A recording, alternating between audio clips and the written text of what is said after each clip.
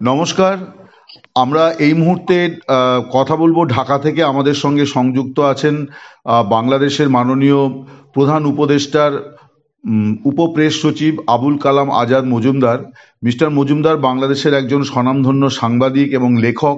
তার বই বাংলাদেশের বেশ কয়েকটি বিশ্ববিদ্যালয়ে পড়ানো হয় এবং তিনি দুটি আন্তর্জাতিক সংবাদ সংস্থার ঢাকার প্রতিনিধিত্ব করেছেন। তো ফলে সাংবাদিকতায় তার একটা দীর্ঘ অভিজ্ঞতা আছে। এই মুহূর্তে তিনি প্রেস সচিবের দায়িত্ব পালন করছেন। তো আমরা বাংলাদেশ সরকারের কয়েকটি বক্তব্য ওনার কাছ থেকে শুনে নেব। মিস্টার মজুমদার, আপনাকে দ্য ওয়ালে অনেক স্বাগত জানাই। আপনি ব্যস্ততার মধ্যে আমাদেরকে সময় দিয়েছেন। একটা বিষয় জিজ্ঞাসা করছিলাম যে শেখ হাসিনাকে আপনারা ফেরত চেয়েছেন এবং তার জন্যে মানে প্রয়োজনীয় যে কূটনৈতিক পদ্ধতি সেটা নোট ভার্বাল আপনারা পাঠিয়েছেন। তো এটার প্রোগ্রেসটা আমরা যতদূর যা জানি যে এখনো পর্যন্ত বোধহয় ভারত সরকারের তরফে কোনো জবাব দেওয়া হয়নি। তো বাংলাদেশ সরকার এর পরবর্তী স্টেপগুলো তারা কি ভাবছে?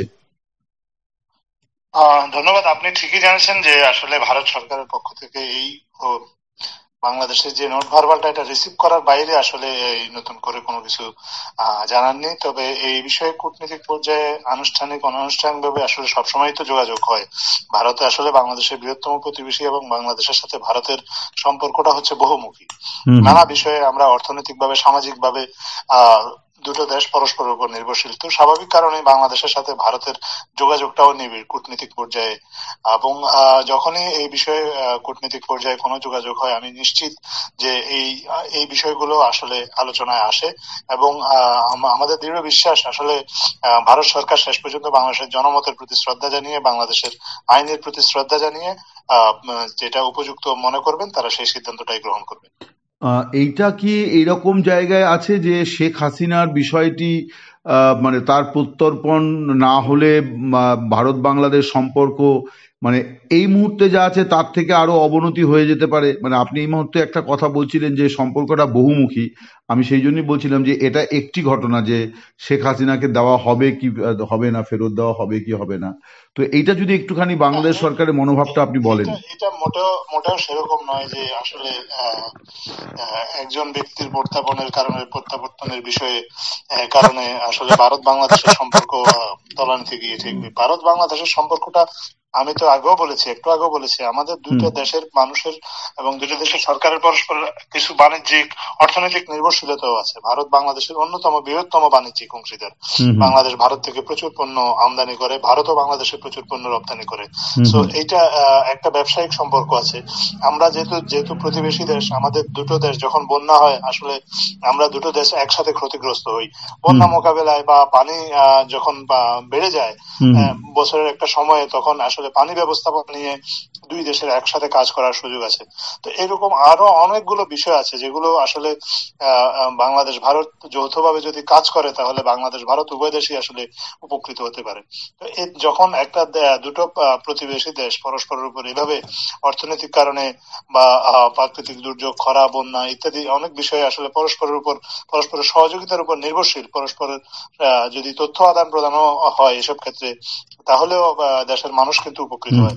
তো এইরকম একটা যখন পরিস্থিতি, তখন শুধুমাত্র একজন পতিত স্বৈরাচার তাকে আশ্রয় দেওয়ার কারণে বাংলাদেশ ভারত সম্পর্ক ক্ষতিগ্রস্ত হবে বা সম্পর্ক একেবারে তলানিতে গিয়ে ঠেকবে এরকমটা আমরা বাংলাদেশের বর্তমান অন্তর্বর্তীকালীন সরকার মনে করে না। তবে হ্যাঁ, একটা জিনিস বাংলাদেশের বর্তমান অন্তর্বর্তী সরকার আশা করে যে ভারতের সাথে বাংলাদেশের সম্পর্কটা হবে ন্যায্যতার ভিত্তিতে, সমতার ভিত্তিতে এবং পারস্পরিক শ্রদ্ধার ভিত্তিতে। আমরা গত 15 বছর যেটা দেখেছি সেটা হচ্ছে আমাদের যে বর্তমান আমাদের যে আগের যে সরকার ছিল শেখ হাসিনার সরকার, তাদের সাথে ভারতের সম্পর্কটা অনেকটা একপাক্ষিক। ভারত অনেক সিদ্ধান্ত বাংলাদেশের জনগণের উপর বা বাংলাদেশের সরকারের উপর চাপিয়ে দিয়েছে। বাংলাদেশ সরকার যেহেতু তার ক্ষমতায় টিকে থাকার জন্য ভারতীয় সরকারের সাহায্য দরকার ছিল বা তারা ভারতের সমর্থন নিয়েই ক্ষমতায় টিকে ছিল, ভারতের কোনো বিষয়ে তারা ন্যূনতম প্রতিবাদও করতে পারেনি। বিএসএফ এর হাতে আমাদের সীমান্তে আমাদের নাগরিক নিহত হয়েছেন, কিন্তু আমাদের সরকারকে কখনো দেখা যায়নি এ নিয়ে প্রতিবাদে সরব হতে। বর্তমান যে অন্তর্বর্তীকালীন সরকার আছে, যে যেই ঘটনাগুলোতে বাংলাদেশের সরকার মনে করছে যে প্রতিবাদ করা দরকার বা আমাদের আলোচনা করা দরকার, অন্তত সেই সেই বিষয়গুলো নিয়ে আলোচনা হচ্ছে, কথা হচ্ছে। দুটো প্রতিবেশী দেশের সাথে আসলে এই ধরনের ক্ষেত্রে যাদের আসলে এত বড় সীমান্ত, 4,000 কিলোমিটার সীমান্ত আছে বাংলাদেশের, খুব বেশি দেশের মধ্যে কিন্তু এত বড় স্থল সীমান্ত নেই থাকে না। বাংলাদেশ আর ভারতের মধ্যে ঠিক যেটা ঠিক। আছে।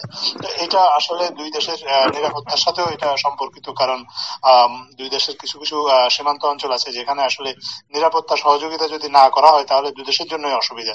তো এইরকম যখন পরিস্থিতি, তখন আমরা মনে করি যে ভারত সরকার আমাদের যে এই সমস্যাগুলো আছে সেগুলো উপলব্ধি করবে, সেগুলো উপলব্ধি করে আমাদেরকে সহযোগিতা করবে, এবং আমরা মনে করি যে ভারতেরও যেসব কনসার্ন আছে আমরা সেগুলা অ্যাড্রেস করার চেষ্টা করব, আমাদের অন্তর্বর্তীকালীন সরকারও সেগুলা অ্যাড্রেস করার চেষ্টা করবে। সবচেয়ে বড় জিনিস হচ্ছে যে পারস্পরিক সহযোগিতা, এবং এই পারস্পরিক সহযোগিতার ক্ষেত্রটা যদি প্রস্তুত থাকে তাহলে ভারতও বাংলাদেশের আইনের প্রতি শ্রদ্ধাশীল থাকবে। বাংলাদেশের আইনে যদি কোনো কাউকে অপরাধী সাব্যস্ত করা হয় বা কাউকে যদি চাওয়া হয়, যদি মনে করা হয় যে বাংলাদেশের বিচার ব্যবস্থার মুখোমুখি কাউকে করতে হবে, আমরা মনে করি যে ভারত এক্ষেত্রে সহযোগিতা করবে, কারণ বাংলাদেশের বিচার ব্যবস্থাকে এই মুহূর্তে একটা সংস্কার প্রক্রিয়ার মধ্যে দিয়ে বিচার ব্যবস্থা যাচ্ছে, এবং বিচার ব্যবস্থাটা এই জুলাই হত্যাকাণ্ডের বিচার ব্যবস্থাটা যতটা সম্ভব স্বচ্ছ করারও সরকারের দিক থেকে চেষ্টাটা আছে। তো এরকম একটা যখন এই স্বচ্ছ একটা বিচার হবে তখন বিচারের মুখোমুখি করার জন্য ওনাকে ভারত সরকার ফেরত পাঠাবে, এটা আমরা বিশ্বাস করি। এবং আরেকটা জায়গাতে আমরা একটু আশাবাদী হচ্ছি, সেটা হচ্ছে যে ভারতেও কিন্তু এই বিষয়ে এখন জনমত তৈরি হচ্ছে। একটা সময় ভারতের অনেক মানুষই আসলে জানতো না যে ভারত সরকার বাংলাদেশ সরকারকে কিভাবে প্রায় তার অঙ্গরাজ্য বানিয়ে ফেলেছিল। তো এখন ভারতের যারা মানে সেইন একটা লোকজন যারা আছে, যাদের মধ্যে ভারতের যে সচেতন মানুষ আছে, তারাও কিন্তু আসলে উপলব্ধি করতে পারছে যে ভারত একটা সরকারের সাথে সম্পর্ক করেছে, কিন্তু বাংলাদেশের জনগণের সাথে সম্পর্ক না করার ফলে এখন বাংলাদেশ ভারত সম্পর্ক নিয়ে কিছু কিছু জায়গায় তিক্ততার তৈরি হচ্ছে, যেটা হওয়া উচিত ছিল না, যেটা কাঙ্ক্ষিত হওয়া উচিত ছিল না। এরকম দুইটা বড় প্রতিবেশী দেশ, যে দুইটা দেশের মানুষের মধ্যে দীর্ঘদিনের ঐতিহ্য আছে, মানুষের আন্তরিকতা আছে। এই পারে অনেক মানুষ আছে যাদের আত্মীয় স্বজন ওই পারে আছে ভারতে, পশ্চিমবঙ্গে বিশেষ করে। আবার পশ্চিমবঙ্গেরও অনেক মানুষ আছে যাদের আত্মীয় স্বজন বাংলাদেশে বসবাস করে। অনেক মানুষ আছে যারা এখনো বাংলাদেশকে হৃদয় দিয়ে ধারণ করে। পশ্চিমবঙ্গে অনেক মানুষ আছে যাদের পৈতৃক বাড়ি বাংলাদেশে আছে, যারা মানে বাংলাদেশ প্রসঙ্গ এলে যারা স্মৃতিকাতর হয়ে যায়। তো এইরকম একটা দুইটা দেশ যখন যাদের বন্ধু হওয়ার কথা ছিল, দেশের মানুষ যখন আসলে একটা দেশের মানুষ আর একটা দেশের মানুষের বন্ধু হওয়ার কথা ছিল, সেক্ষেত্রে ভারত আসলে এক্ষেত্রে যে পলিসিটা নিয়েছিল সেটা ভারতের মানুষও উপলব্ধি করছে যে সেটা আসলে রং ছিল। ভারতের উচিত ছিল বাংলাদেশে যে গণতন্ত্র আপনি একটা বিষয় একটু আমি জাস্ট দুঃশাসন, অপশাসন, দুর্নীতি এগুলা ক্রমাগত চালিয়ে যাওয়ার জন্য তাদেরকে যে ব্যাকিংটা ভারত দিয়েছে, সেটা যে ভারত ভুল করেছে বা ভারতের দিক থেকে সেটা যে ঠিক হয়নি, এটা আসলে ভারতের যে সুশীল সমাজ তারাও এখন উপলব্ধি করছে, ভারতের কিছু কিছু গণমাধ্যম তারাও উপলব্ধি করছে। এবং এই উপলব্ধির ফলে আমরা বিশ্বাস করি ভারতে যে জনমতটা তৈরি হচ্ছে, সেই জনমতের চাপে হলেও ভারত সরকার শেখ হাসিনাকে বাংলাদেশে ফেরত পাঠাবেন। আপনি একটা বলছিলেন যে মিউচুয়াল আন্ডারস্ট্যান্ডিং, এবং আপনি সিকিউরিটির কথা বারবার বলছিলেন। ভারত সরকারের তরফ থেকে যে বিষয়টা নিয়ে খুব উদ্বেগ প্রকাশ করা হচ্ছে যে বাংলাদেশের জেল থেকে একটা তো গণ অভ্যুত্থানের সময় জেল ব্রেক হয়েছিল, এছাড়াও নিম্ন আদালত থেকে বহু মানুষ মানে বহু দাগী আসামি যারা আপনাদের দেশে নাশকতার সঙ্গে যুক্ত এবং যারা ভারতের বিরোধী একটা মানে বিভিন্ন গোষ্ঠীর সঙ্গে সম্পৃক্ত, তাদের জামিন হয়ে গেছে, তারা এখন জেলের বাইরে।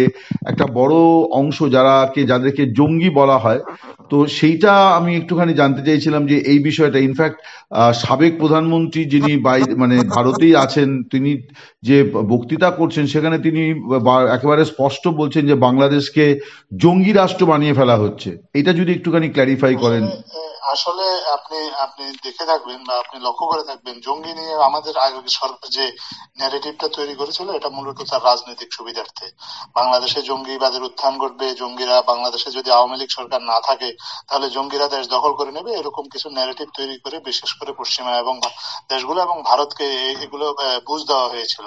জঙ্গিবাদ নিয়ে যে ন্যারেটিভ আওয়ামী লীগ তৈরি করেছিল সেটা ছিল বিভ্রান্তিমূলক, এবং অনেককে আছে যাদেরকে জঙ্গি সাজিয়ে বা জঙ্গি অপবাদ দিয়ে হত্যা করা হয়েছে, তারা আসলে জঙ্গিবাদের সাথে জড়িত ছিল কিনা আমরা অনেকেই নিশ্চিত নেই, বা এখনো যাদেরকে জঙ্গি বলা হচ্ছে তারা আসলে জঙ্গি কিনা এটা নিয়ে যথেষ্ট সন্দেহ করার মতো কারণ আছে।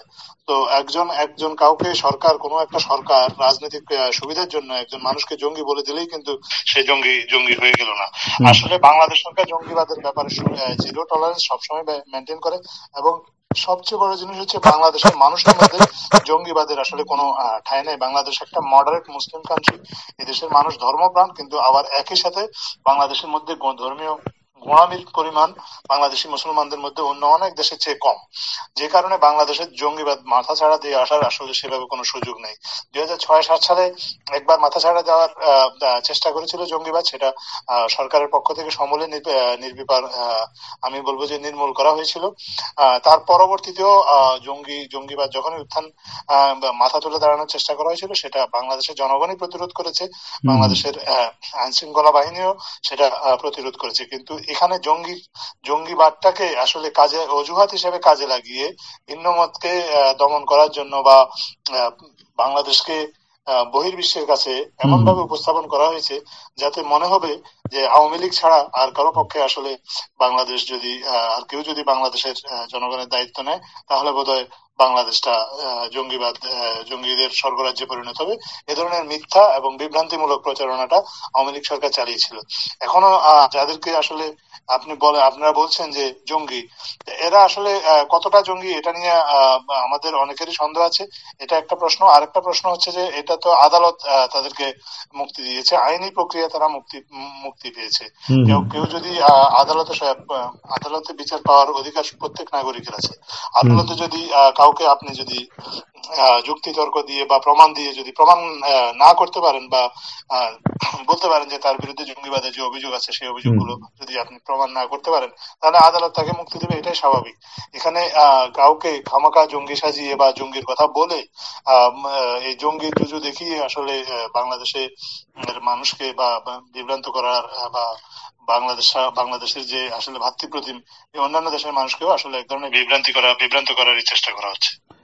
একটা বিষয় জিজ্ঞাসা করছিলাম যে খুব মানে মানে কিছুদিনের মধ্যেই আপনাদের যে জুলাই বিপ্লব তার ঘোষণাপত্র তৈরি হওয়ার কথা, তো এটা তো ছাত্ররা শুরু করেছিল, 31শে ডিসেম্বর হয়ে যাওয়ার কথা ছিল, কিন্তু হঠাৎ করে আমরা দেখলাম যে আপনারা প্রেস উইং থেকে জানালেন যে এটা সরকারই করবে।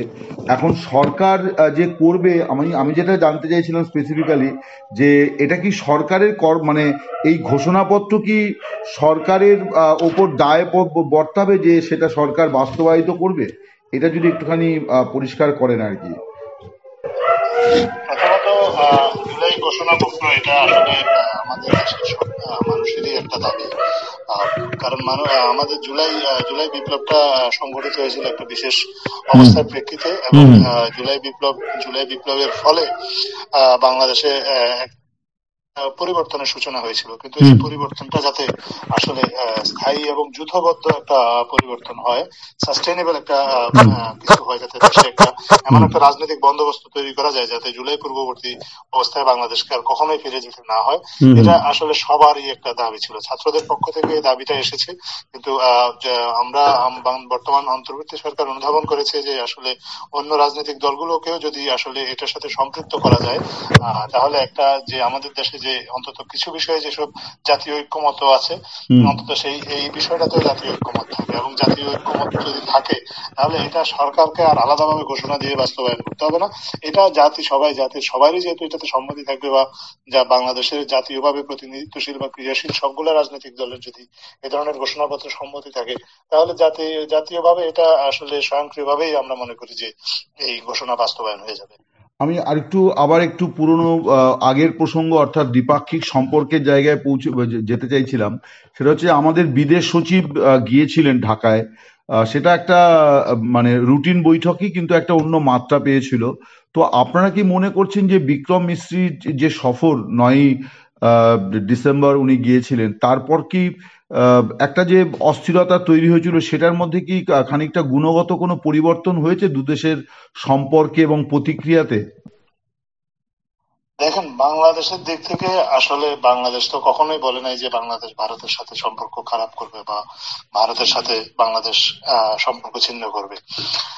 বাংলাদেশ বরাবরই ভারতের সাথে সম্পর্ক রাখতে আগ্রহী একটা প্রতিবেশী হিসেবে, এবং সেটা বাংলাদেশের নতুন সরকার এসে, অন্তর্বর্তী সরকার এসে এসে যে কথাটা নতুন বলেছে সেটা হচ্ছে এই সম্পর্কটা হতে হবে ন্যায্যতার ভিত্তিতে, হুম হুম সমতার ভিত্তিতে এবং পারস্পরিক শ্রদ্ধার ভিত্তিতে। হুম হুম তো আমরা আশা করেছিলাম যে ভারত আমাদের এই এই জিনিসটার প্রতি সম্মান জানাবে, কিন্তু আনফরচুনেটলি যখন আমাদের দেশের পতিত স্বৈরাচারকে ভারত আশ্রয় দিল, এবং শুধু পতিত স্বৈরাচারকেই আশ্রয় দেয়নি, স্বৈরাচারের আরো অনেক দোসর ভারতে আশ্রয় নিল, তখন স্বাভাবিকভাবে বাংলাদেশের মানুষের মনের মধ্যে ভারত নিয়ে এক ধরনের একটা ক্ষোভ বা অভিমানের জন্ম হয়েছিল।